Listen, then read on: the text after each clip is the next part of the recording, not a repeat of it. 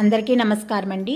ఈరోజు మార్గశిర శుద్ధ ఏకాదశి ఎంతో పుణ్యమైన పవిత్రమైన పర్వదినం. ఎందుకంటే ఈ రోజునే భగవద్గీత ఆవిర్భవించింది. ఈ మార్గశిర శుద్ధ ఏకాదశి రోజున శ్రీకృష్ణ భగవానుడి యొక్క ముఖ కమలము నుండి భగవద్గీత ఆవిర్భవించిన రోజు కాబట్టే ఈ సందర్భాన్ని పురస్కరించుకుని మనమందరము గీతా జయంతిని జరుపుకుంటున్నాము. ఇక మనము ఇప్పుడు భగవద్గీత యొక్క ఆవిర్భావం గురించి, అలాగే భగవద్గీత ఆవిర్భవించడంలో ఉన్న అంతరార్థం గురించి తెలుసుకుందాము. భగవద్గీత. ఈ భగవద్గీత అనే పేరు వినని తెలియని భారతీయులు ఎవరు ఉండరు అనడంలో ఎటువంటి అతిశయోక్తి లేదు. నామస్మరణ వల్ల ఎంతో పుణ్యాన్ని, పారాయణం చేయడం వల్ల ఎంతో జ్ఞానాన్ని కలగజేసేది భగవద్గీత. మనల్ని సన్మార్గంలో నడిపించేది భగవద్గీత. అట్టి పుణ్యమైన పవిత్రమైన భగవద్గీతకు సంబంధించిన విశేషాలను మనం ఇప్పుడు తెలుసుకుందాం. ప్రపంచ వాంగ్మయంలోనే మణిమకుటం లాంటిది వేదవ్యాసుల వారు రచించిన మహాభారతం. దానికి శిరోమణి వంటిది భగవద్గీత. అట్టి భగవద్గీతని వేదమాత గాయత్రిగా మహర్షులు పేర్కొన్నారు. భగవద్గీతలో 18 అధ్యాయాలలో మొదటి 5 అధ్యాయాలు గాయత్రీదేవి యొక్క 5 ముఖాలు కాగా, తర్వాత 10 అధ్యాయాలు ఆమె 10 చేతులు, 16వ అధ్యాయము ఉదరము, మిగిలిన 17, 18 అధ్యాయాలు ఆ వేదమాత యొక్క దివ్య చరణాలుగా మన మహర్షులు మహనీయంగా వర్ణించారు. అట్టి విశిష్టమైన భగవద్గీత ధర్మక్షేత్రంలోని కురుక్షేత్రంలో అర్జునుడికి కర్తవ్య బోధన చేయడం కోసమని శ్రీకృష్ణ భగవానుడి యొక్క ముఖ కమలం నుండి మార్గశిర శుద్ధ ఏకాదశి నాడు అవతరించింది. అట్టి విశ్వ కళ్యాణ గీత అయిన శ్రీ భగవద్గీత ఆవిర్భవించిన పుణ్యదినాన్ని మనమందరము గీతా జయంతిగా జరుపుకుంటున్నాము. ఆసేతు హిమాచల పర్యంతము భారతీయులే కాకుండా ఈ విశ్వమంతా కూడా జరుపుకోవడం ఎంతో విశేషం. ఇక ఇప్పుడు మనము భగవద్గీత ఏ విధంగా ఆవిర్భవించిందో తెలుసుకుందాం. ఆదిలో కౌరవులు పాండవులు సఖ్యభావంతోనే ఉండేవారు. కానీ కాలక్రమంలో దుర్యోధనుడి మనసులో అసూయ ప్రవేశించింది. అది క్రమంగా అతని మనసుని కలుషితం చేసి వివేకాన్ని నాశనం చేసింది. దీనికి తోడు కర్ణుడు శకుని వంటి వారు అగ్నికి ఆజ్యం పోసినట్లుగా చేశారు. ఫలితంగా దుర్యోధనుడు అనేక రకాలైన వక్ర మార్గాల ద్వారా పాండవులను రాజభ్రష్టులను చేయడానికి నిర్ణయించి మాయాజూదంలో వారిని ఓడించి వారి చేత 12 సంవత్సరాలు అరణ్యవాసము, 1 సంవత్సరము అజ్ఞాతవాసాన్ని చేయించాడు. అనంతరము ధర్మబద్ధంగా వారికి ఇవ్వవలసిన అర్ధరాజ్యాన్ని కూడా ఇవ్వకుండా నానా బాధలకి గురి చేస్తాడు. సంజయుడు వంటి వారు ఎందరో చెప్పినప్పటికీ కూడా వాళ్ల మాటల్ని దుర్యోధనుడు పెడచెవిన పెడతాడు. పాండవులకు అర్ధరాజ్యం కాదు కదా, సూదిమనంత భూభాగాన్ని కూడా ఇవ్వనని చెప్పి మొండికేస్తాడు. అనంతరము శ్రీకృష్ణుడు రాయభారం వహించినా గాని ఫలితం శూన్యం. అలా పాండవుల యొక్క ధర్మమైన కోరికలను కూడా నిరాకరిస్తాడు దుర్యోధనుడు. కురురాజైన భీష్ముడు, ద్రోణాచార్యులు వంటి వారు హితవాక్యాలను ఎంత చెప్పినా గాని పెడచెవిన పెడతాడు దుర్యోధనుడు. ఫలితంగా యుద్ధము అనివార్యమవుతుంది. ఇక పాండవులు ధర్మయుద్ధానికి సంసిద్ధమవుతారు. ధర్మ సంస్థాపనార్థము శ్రీకృష్ణుడు పాండవుల పక్షాన నిలబడతాడు. ఇరుపక్షాల వారు యుద్ధానికి సంసిద్ధమవుతారు. చతురంగ బలాలతోటి రణరంగంలో నిలుస్తారు. ధర్మక్షేత్రమైన కురుక్షేత్రంలో ఉభయ సేనా సమూహాలు బారులు తీరి నిలబడతాయి. యుద్ధ బేరీలు మిన్నంటుతాయి. దశ దిశల నుండి శంఖనాదాలు ప్రతిధ్వనిస్తాయి. యోధులు తమ తమ ఆయుధాలను సిద్ధం చేసుకుంటారు. అంతటా యుద్ధ వాతావరణం నెలకొంటుంది. ఆ సమయంలో అర్జునుడి కోరికను అనుసరించి శ్రీకృష్ణ పరమాత్మ రథాన్ని ఉభయ సైన్యాల నడుమ తీసుకువెళ్లి నిలబెడతాడు. అర్జునుడు సైన్యంలో ఉన్న వీరులను తేరిపారా చూస్తాడు. అక్కడ అన్నయ్యలు, తమ్ముళ్ళు, తండ్రులు, తాతలు, గురువులు, హితులు, సన్నిహితులు, మిత్రులు ఇలా మొదలైన వారంతా ఎదురుగానే ఉన్నారు. వారందరినీ చూడగానే అర్జునుడి హృదయం చలించిపోతుంది. తన వారినందరినీ వధించి జయించిన రాజ్యాన్ని ఏలుకోవడం కంటే బిచ్చమెత్తుకోవడం మేలు కదా అని రకరకాలుగా ఆలోచించి తన గాంధీవాన్ని చేతిలో నుండి వదిలేస్తాడు. చివరికి ఏం చేయాలో తెలియక శ్రీకృష్ణుణ్ణి ఇలా ప్రార్థిస్తాడు. ఓ కృష్ణ, నా మనసంతా అల్లకల్లోలంగా ఉంది. ఏం చెయ్యాలో తెలియటం లేదు. నిన్ను శరణు కోరుతున్నాను. నా కర్తవ్యం ఏమిటో చెప్పి నన్ను రక్షించు ఓ శ్రీకృష్ణ అంటూ వేడుకుంటాడు.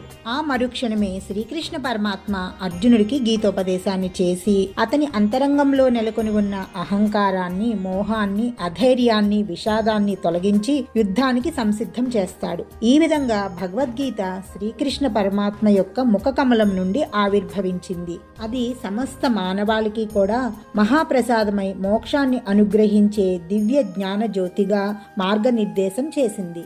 అప్పుడు వ్యాస భగవానుడు 701 శ్లోకాలతోటి 18 అధ్యాయాలుగా మానవాళికి శ్రీ భగవద్గీతను అందించి మహోన్నతమైన ఉపకారాన్ని చేశాడు. ఈ విధంగా భగవద్గీత ఆవిర్భావం జరిగింది. అలాగే ఈ కష్టాల యుగమైన కలియుగంలో సంసార సాగరంలో కొట్టుమిట్టాడుతూ ఎన్నో కష్టాలు, మానసిక అశాంతి, తెలిసి తెలియక చేసిన పాపాలన్నింటినీ పరిహరింపచేసి మానవుడికి మనశ్శాంతిని, ఆత్మస్థైర్యాన్ని ఇచ్చి జ్ఞాన మార్గంలో నడిపించి మోక్ష ఫలాన్ని ప్రసాదిస్తుంది భగవద్గీత.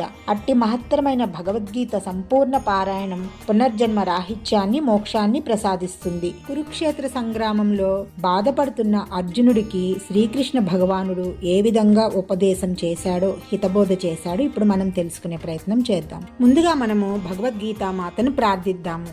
ఏమనంటే, పార్థాయ ప్రతిబోధితాం భగవతా నారాయణేన స్వయం వ్యాసేన గ్రథితాం పురాణ మునీనా మధ్యే మహాభారతం అద్వైతామృత వర్షిణీం భగవతి అష్టాదశాధ్యాయినీం అంబ త్వాం అనుసందధామి భగవద్గీతే భవద్వేషిణీం అంటూ. అంటే దీని అర్థం ఏంటంటే, భగవంతుని చేత స్వయంగా బోధింపబడి వేదవ్యాస మహర్షుల చేత మహాభారత మధ్యలో చేర్చబడి అద్వైత జ్ఞానం అనే అమృత వర్షాన్ని వర్షిస్తూ 18 అధ్యాయాలతోటి సమస్త సంసార బంధాల నుండి విముక్తి కలిగించే ఓ జనని భగవద్గీత, నేను నిన్ను ధ్యానిస్తున్నాను. తల్లి భగవద్గీత, నాకు జ్ఞానాన్ని, మోక్షాన్ని ప్రసాదించి నా జీవితాన్ని ధన్యం చేసి ఈ మానవ జీవితాన్ని పరిపూర్ణం చెయ్యి అంటూ ప్రార్థించడం. గీతతో పాటుగా అనేక పురాణాలను, పంచమ వేదమైన మహాభారతాన్ని రచించిన విష్ణు స్వరూపుడైన శ్రీ వేదవ్యాసుల వారికి కూడా నమస్కారాలు తెలియజేద్దాం. వ్యాసాయ విష్ణు రూపాయ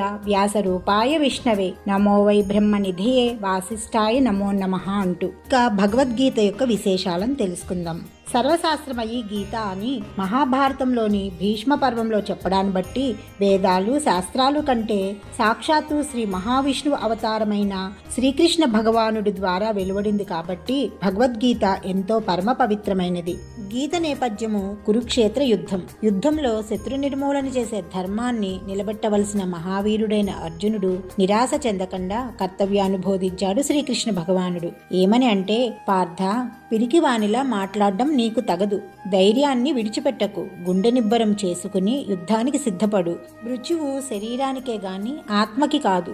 అశాశ్వతమైన శరీరం గురించి బాధపడడం ధీరుల లక్షణం కాదు. యుద్ధం కేవలం రాజ్య సంపాదనకే కాదు, యుద్ధము ధర్మరక్షణ కోసం కూడా ఉద్దేశించబడింది అంటూ శ్రీకృష్ణ భగవానుడు అర్జునుడికి కర్తవ్య బోధ చేశాడు. అర్జునుడు క్షత్రియ వీరుడు. ధర్మ సంరక్షణ, దుష్ట శిక్షణ క్షత్రియుని కర్తవ్యము. ఎలాంటి కష్టాలు, నష్టాలు ఎదురైనా గాని వ్యక్తి స్వధర్మం ఆచరించి తీరవలసిందే అని గీత ద్వారా సందేశమిచ్చాడు శ్రీకృష్ణ భగవానుడు.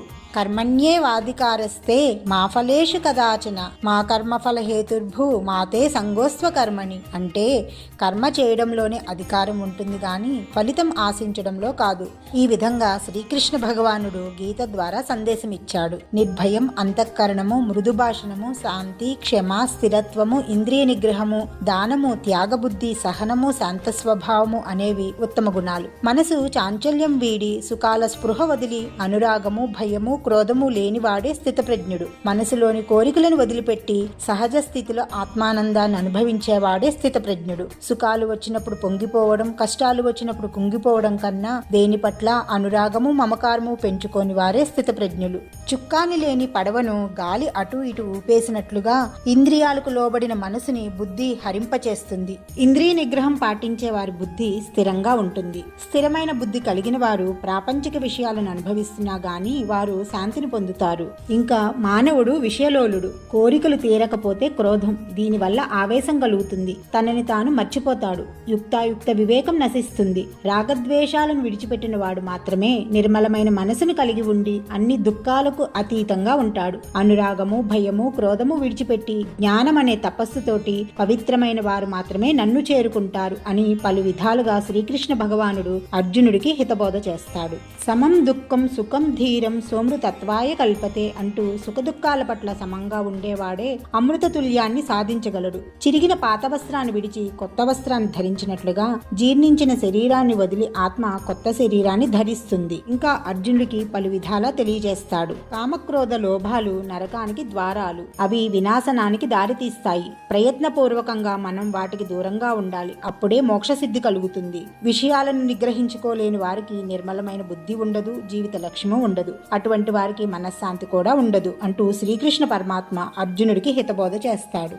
ఇంకా శ్రీకృష్ణ పరమాత్మ ఏమని తెలియజేస్తాడంటే, గీతమే హృదయం పార్థ, గీతమే సారముత్తమం, గీతమే జ్ఞానమత్యుగ్రం, గీతమే జ్ఞానం అవ్యయం, ఆ పదం నరకం ఘోరం, గీతాధ్యాయి న పశ్యతి అని. అంటే నా హృదయమే భగవద్గీత, గీతయే గోవిందుడు ఉత్తమతత్వం, గీతయే ఆ పరమాత్మని ప్రకాశవంతమైన దివ్య జ్ఞానం. అంతేకాదు గీతాధ్యాయికి ఎన్నడూ ఆపదలు, నరక బాధలు, కష్టాలు సంభవించవు అని శ్రీకృష్ణ భగవానుడు తెలియజేస్తాడు. గీతా గంగాచ గాయత్రి గోవిందేతి హృది స్థితే చతుర్గకార సంయుక్తే పునర్జన్మ నయుధ్యతే అని. అంటే చతుర్గకారాలైన గీత, గంగా, గాయత్రి, గోవిందుడు అనే వాటిని ఎవరు కలిగి ఉంటారో వారికి పునర్జన్మ ఉండదు అని వ్యాస మహర్షి తెలియజేశారు. ఇంకా ఏకం శాస్త్రం దేవకీపుత్ర గీతం, ఏకో దేవో దేవకీపుత్ర ఏవ, ఏకో మంత్రస్తస్య నామాని యాని, కర్మాశేకం తస్య దేవస్య సేవ అని. అంటే శ్రీకృష్ణుడి మనోజ్ఞానము గానం చేసిన గీత ఒక్కటే. భగవద్గీత మహోజ్వలమైన శాస్త్రము. ఆ దేవకీపుత్రుడొక్కడే దేవుడు. ఆ భగవద్గీతయే గొప్ప మంత్రం.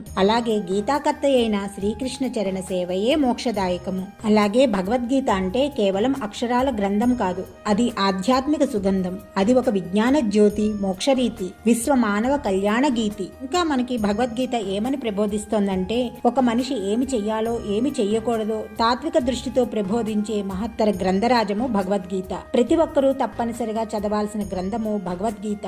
ఉన్నత శిఖరాలను అధిరోహించాలనుకునే మానవుడికి గీతోపదేశాన్ని మించిన సాధనం మరొకటి లేదు. ఏర్చి కూర్చిన పుష్పగుచ్చం వల్లే ఎంతో నైపుణ్యంతో కూర్చిన ధర్మ పుష్పాల మాలిక భగవద్గీత. అలాగే భగవద్గీత అనేది వృద్ధుల కోసమో సన్యాసుల కోసమో కాదు, కష్టాలు ఎదుర్కొంటూ సంసార సాగరాన్ని ఎదురీదుతూ సతమతమవుతున్న సామాన్య మానవ కోటిని తరింపచేసి అవతలి ముక్తి తీరాన్ని చేర్చేందుకు అవతరించినట్టి జ్ఞాన నావిక, మోక్ష దీపిక భగవద్గీత. ఇంత విశిష్టమైనది కనుకనే విశ్వవిఖ్యాతిగాంచింది శ్రీ భగవద్గీత. భగవద్గీత సారాన్ని ఒక్క మాటలో చెప్పాలంటే, ఎత్ర యోగీశ్వర కృష్ణో ఎత్ర పార్థో ధనుర్ధరః తత్ర శ్రీ విజయో భూతి ధ్రువ నీతిర్మతిర్మమ అని. అంటే యోగీశ్వరుడైన శ్రీకృష్ణ పరమాత్మ, ధనుర్ధారి అయిన పార్థుడు ఎక్కడ ఉంటారో అక్కడే శ్రీ లక్ష్మీ విజయ వైభవాలు, ఐశ్వర్యాలు సర్వదా ఉంటాయని శ్రీకృష్ణ పరమాత్ముడే పలికాడు. ఇదండి భగవద్గీత యొక్క విశిష్టత. ఇంత విశిష్టత కలిగింది కాబట్టే భగవద్గీత పారాయణులు తామరాకుని అంటని నిర్మల జలం వలె ఎటువంటి పాపాలు వారిని దరిచేరవు. అలాగే ఎవరైతే నిత్యం గీతా పారాయణం చేస్తారో వారు భూలోకంలో బ్రహ్మజ్ఞాని అయి జన్మాంతరాన మోక్షం పొందుతారు. సగభాగం పారాయణం చేసిన గోదాన పుణ్యఫలం పొందుతారు. కనీసం భగవద్గీతలోని ఒక్క శ్లోకంలో సగభాగమైన నిత్యం పఠించే వాళ్ళు కొన్ని సంవత్సరాల పాటు చంద్రలోకవాసులు అవుతారు. అలాగే గీతాధ్యయనం చేస్తూ మరణిస్తే తిరిగి వారు ఉత్తమమైన మానవ జన్మనే పొందుతారు అని వరాహ పురాణము భగవద్గీత పఠన పారాయణ మహిమలను పేర్కొంది. కనుక మనమందరము కూడా మనల్ని సన్మార్గంలో పెట్టే ఆ భగవద్గీతను పఠించి శ్రీకృష్ణ భగవానుడి యొక్క అనుగ్రహాన్ని మనమందరము పొందుదాము.